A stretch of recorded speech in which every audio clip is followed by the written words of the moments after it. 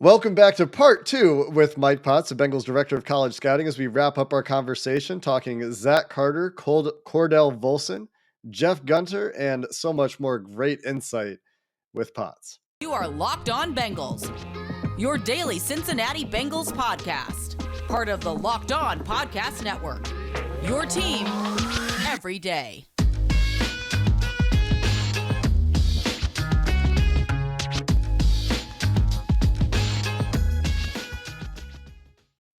What up, Bengals fans, and welcome to another episode of the Locked On Bengals podcast. I'm your host, Jake Liscow. He's your host, James Rapien. We're part of the Locked On Podcast Network here at Locked On Bengals, covering your team every day. Free and available everywhere you get your podcasts and on YouTube. So if you're new to the show, this is part two of our two-part interview with the Bengals Director of College Scouting, Mike Potts. So go check out yesterday's episode first and foremost. Then make sure you hit the follow button, the subscribe button if you like what we're doing, you like the content, you want us delivered to your eyes and ears first thing when we upload every day. And James, as I mentioned, part two with Mike Potts coming up in just a few short seconds. We talked about the rest of the Bengals draft, talking Zachary Carter, Cordell Volson, and Jeff Gunter. Talked about a lot of great stuff with Mike Potts, who gives some great insight into the Bengals process, into some of the things the Bengals liked about these players, into some of the themes of the draft. One of them we didn't talk to him about was character. You're going to hear, as you did yesterday, time and time again, Mike Potts referring to the character of some of the guys they drafted. We also talked about the athletic theme of this class. Yep. A lot of great stuff with Mike Potts coming your way today. So let's get into it. And then in round three, Mike, you guys get Zachary Carter. And before we ask you about him, I just want to ask you about the defensive tackle class as a whole, because obviously you have the Larry Ogunjobi void with him not there and needing a three tech. And it didn't seem like there were a ton in this class. Was that how you viewed it? Overall as an organization, is that it was kind of, more of a shallow defensive tackle class, especially for what you guys were looking for? Yeah, honestly, we did think it was a really thin defensive tackle class, which was a little frustrating because it was a spot that we certainly wanted to address. I mean, you guys saw how huge Larry was for us. We faced some phenomenal passing attacks in this league, and that interior pass rush, it's something that you just have to have, I think, to win games in this league. We're planning on, being an explosive offense, and hopefully we're jumping out to leads, and we need that pass rush to close out games and, get teams in passing situations, and hopefully playing catch up in a number of our games. And we can cut guys loose and pin their ears back and rush the passer. So yeah, it was a little frustrating, the lack of depth there in the defensive tackle class. There was definitely some guys, Zach Carter being one of them, that again we targeted going into it. And I mentioned some of the scenarios. There was guys we liked kind of at every level of the draft. It just again wasn't, whereas maybe there was, second, third, fourth round, there was 5 or 6 guys in another position. Maybe there was only 1 or 2 at the defensive tackle position that you felt good about in each round. And I'm glad we ended up with Zach Carter. He's we know he can play on the edge on rundowns, and then we know he can give you interior pass rush. He has been bigger. A lot of guys lose a little bit of weight to run and test well at the combine. I think he was only 282 at the combine, but he has been up in the 290s before. And, that's part of the scouting process, just body typing these guys and, looking at their frame and seeing how much room they have to grow. So I do think he's a guy that can creep up towards the 300-pound mark and potentially in the future be a 3-down player for us solely on the inside, because that's kind of the main value we see him bringing right away is the interior pass rush, which is something that we definitely wanted to address. And then, we'll see how his game progresses in other areas, as he continues to add weight and improve his ability as a run player from the interior, because he wasn't necessarily asked to do that a ton in Florida. It was more playing outside from a defensive end alignment. Yeah, and he does have that inside-out experience playing all over the place at Florida, which, again, a theme, this versatility theme keeps coming up. And another theme, before we talk about some of the day 3 guys, seemed to me to be athleticism. All of the guys you guys drafted this year, more so than most years, tested like really good athletes. Do you think that there was something in the water in Indy this year, or did you guys make that a priority to go after a little bit more athleticism? Yeah, it did seem like a lot of the Indy times were a little bit faster than normal this year. I don't know if they put down a new surface there, or what, but then, pro days as well. There was a lot of really good times. These training facilities do phenomenal jobs of getting these guys ready, and really, a lot of credit just goes to the players. These players that are coming out, the past years for sure are just, they seem to be more explosive, faster, twitchier athletes, every year. So that's something that we definitely wanted to prioritize.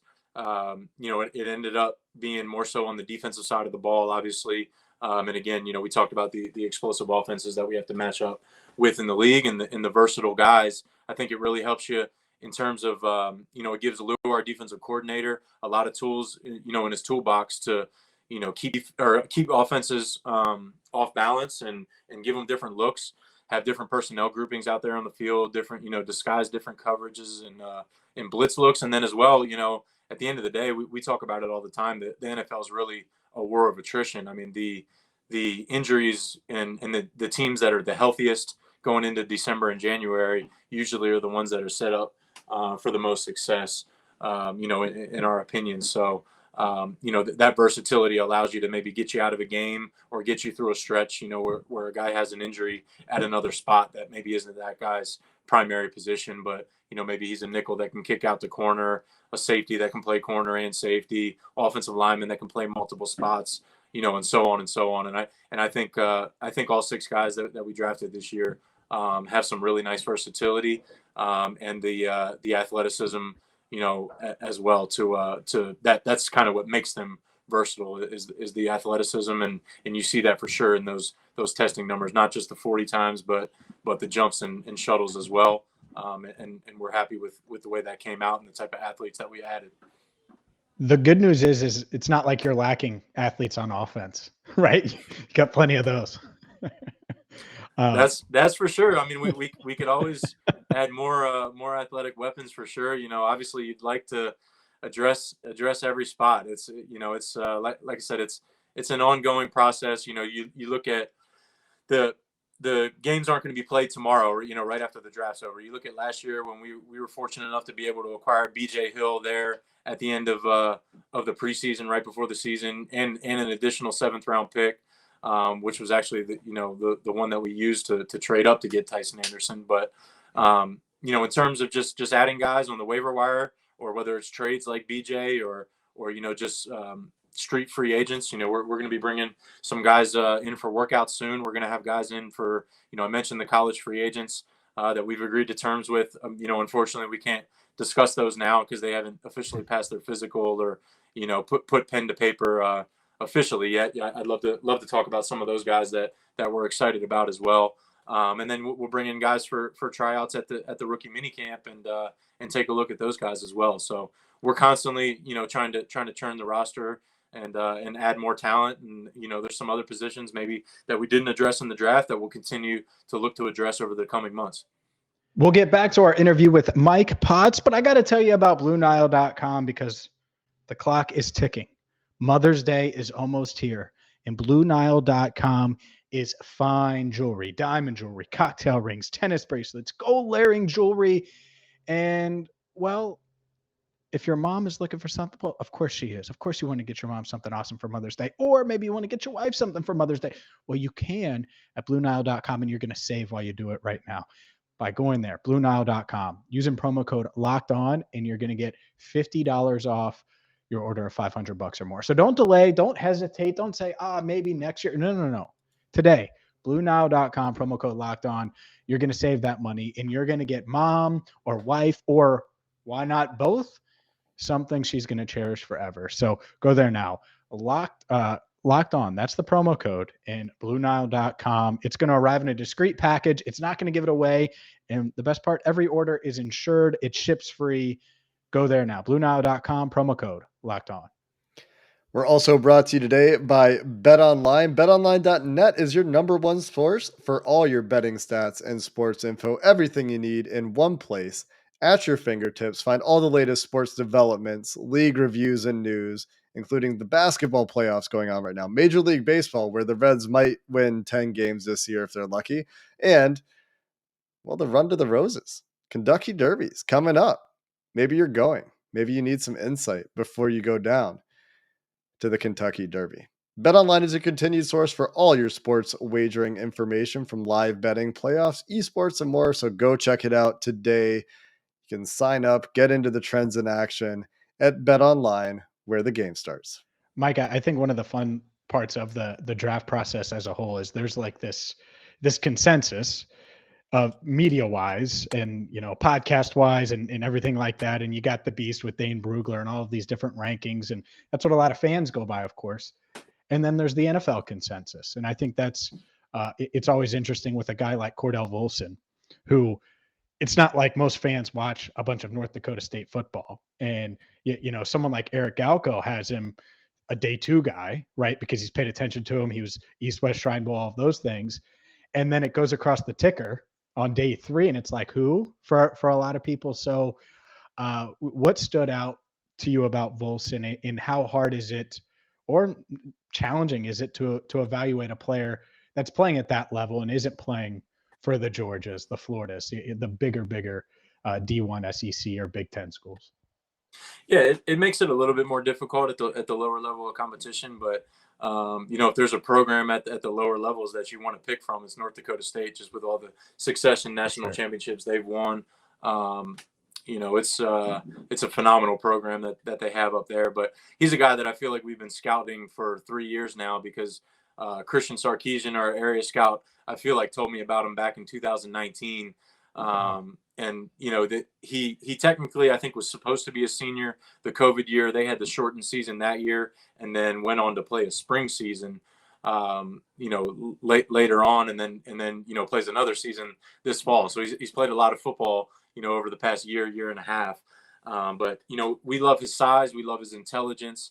He's another versatile guy, really tough. And again, it sounds like I'm saying the same thing over and over with the character, but he's just a guy that really fits in with what we want to do. He's the type of guy that we want to add to our locker room, in terms of his leadership, his toughness, the physicality he plays with, and we're really excited to get him. He's a guy that we were aligned, with the coaches and the scouts. Kind of everybody saw him right around that same range where we took him.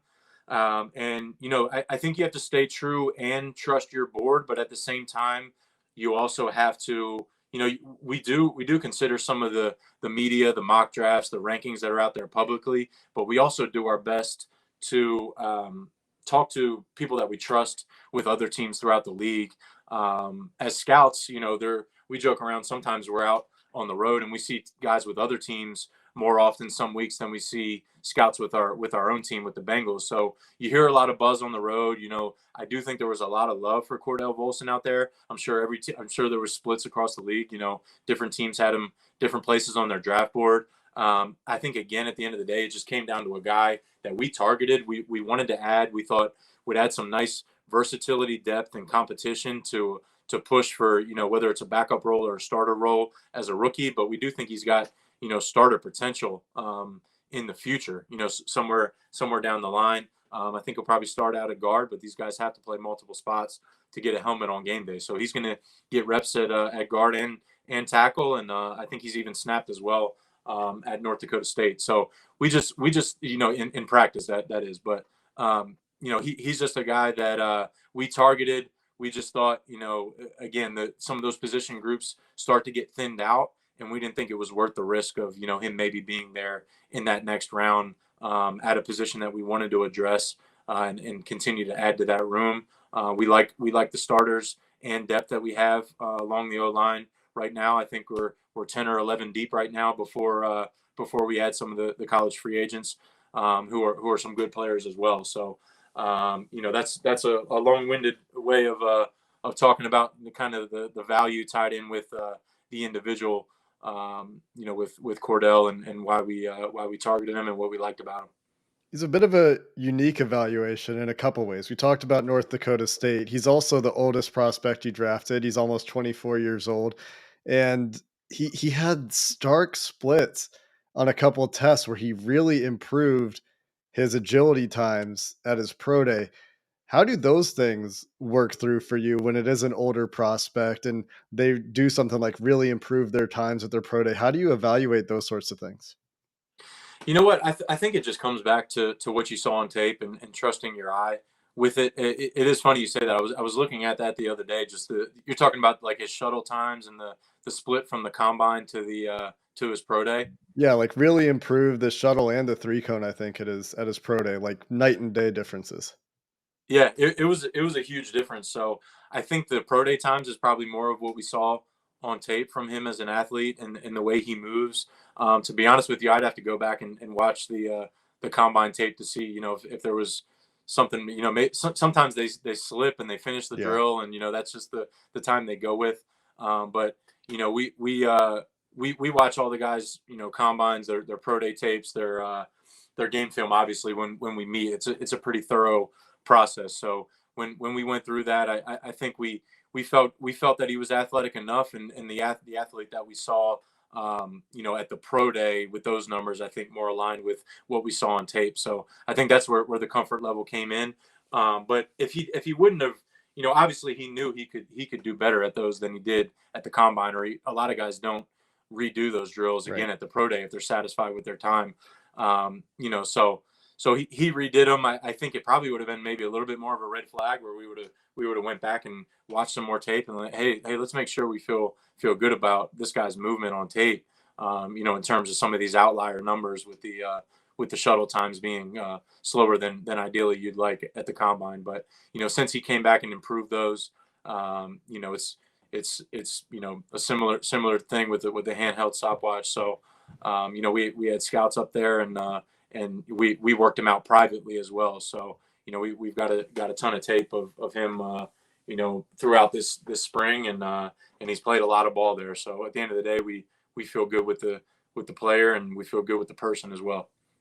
We'll get back to our interview with Mike Potts, but stop the presses. James Rapien wants to talk about Built Bar, the number one protein bar on the planet. It's probably what the Bengals did. You know what? Maybe I should have asked Mike this, and I didn't. Really ruin this. I should have. Mike, do you ask your athletes, the guys that you're evaluating, if they're on the Built Bar plan or not? Because that's something I would do, and here's why. Because it's high in protein, low in sugar, low in calories, covered in 100% chocolate, perfect for college athletes or pro athletes or NFL scouts like Mike Potts or someone like you. So don't delay, don't hesitate. Go to built.com. Use promo code LOCK15. You're going to get 15% off your order. It's the number one protein bar on the planet. You're going to save money, and they have a bunch of different flavors that taste great. So there's a reason I talk about them all the time. I'm going to have to get Mike Potts a box just because he came on the pod and gave us so much time. So again, built.com, promo code LOCK15 for 15% off your order. Again, promo code LOCK15 at built.com. Let's transition to round 7, and you get a guy in Jeff Gunter who is athletic as athletic can be when you look at those testing scores. I mean, he did 30 bench press reps and ran a 4.740 and put on a show, it seemed like, for the Chanticleers during his pro day. What did you like about him? And I'm sure the athleticism is a big part of it. Yeah, for sure. I mean, there's really not, obviously it's a little bit smaller level of competition. But when you look at his overall profile, his overall skill set, the testing numbers, the tape, he was a productive player. He's long, he's heavy handed. He can win with power, or he can win around the edge with speed, turning the corner. So, and we think he's a physical player in the run game. He showed some versatility. They would drop him from a 3-4 outside backer alignment. Obviously he did some great work coming forward as a rusher, and then they kicked him inside as well. Into more of a 3-tech alignment, 4-eye, those type of things. So again, we do think he has some versatility. I think he was 258 at the combine, but he's been up in the 270s. Previously in his career. So he's another guy, just depending on what you need and how you want to utilize him in your defensive scheme. He does have some versatility to play up and down the line of scrimmage, and then ability to drop in space as well. So we were glad to get him. Trey Brown went through that school for us. He's a scout that we added this year who did a great job for us. We're glad to have him, and we're in constant communication, our scouting staff, and he went through there, and it wasn't initially a school that we were going to have a ton of scouts go through, but he came out of there with a number of draftable grades on the Chanticleers, and we were glad to we had a grade on Jeffrey Gunter that was again it stood out that it sounds repetitive, but we're there in the 7th round, and if we wouldn't have traded our 6th round pick, he certainly would have been a guy that was in the conversation there. But it feels like a long wait, and he was up there at the top of our draft board for a long time as you're waiting 50, 75 picks or whatever it was for that late 7th round pick to come up. So we're glad we have him. And like I said, there's some other college free agents that potentially may be adding us as well. We just unfortunately can't talk about them right now, but he may have some friendly faces from his college team coming up soon. So yeah, we planned on potentially mentioning them, but we won't. We'll leave that for another day. I do though, which this is kind of a hint, but I'm saying it, so it's okay. Want to ask you about wide receivers in general in this draft, because I couldn't help but see all of these teams kind of move mountains, right? And trade up multiple picks for this guy and this guy, or they're moving a guy like AJ Brown and taking another receiver, all these different receivers and movement and all the craziness. And I look at your depth chart and it's like, oh, Jamar Chase, T Higgins, Tyler Boyd.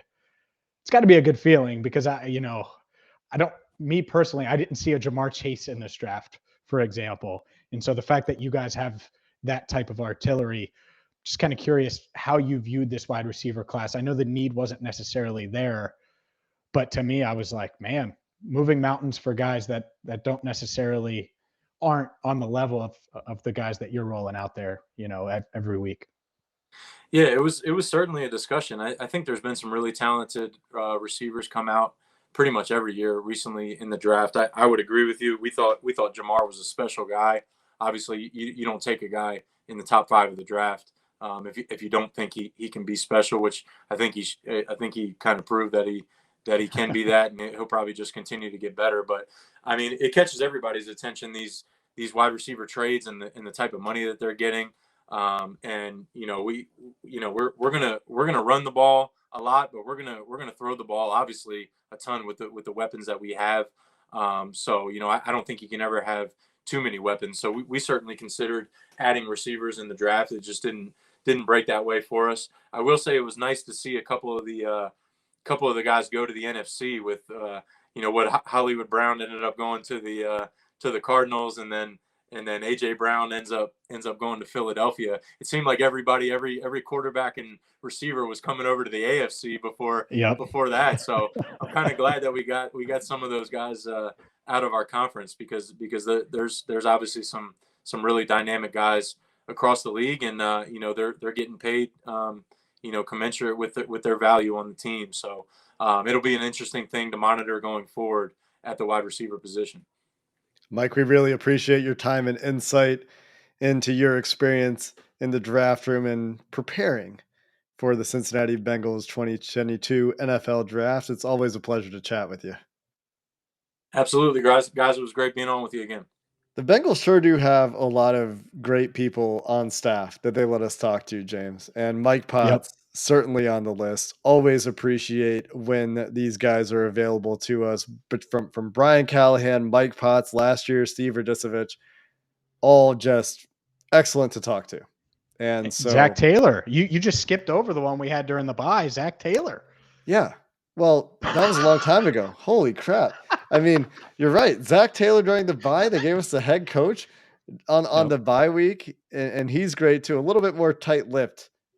Zach Taylor is the head coach of the team. And, we get Potts right after the draft so he can talk about the guys they've picked. There aren't as many secrets to guard. And, well, regardless of who the guest is, always really insightful and a lot of fun to talk to. So we appreciate Mike Potts this time for giving us 2 episodes worth of content. And we hope you enjoyed what he had to offer. We're back next week, Bengals fans. The draft may be over, but we do not rest. At least not yet. Until next time, Bengals fans, hoo day, and have a good one.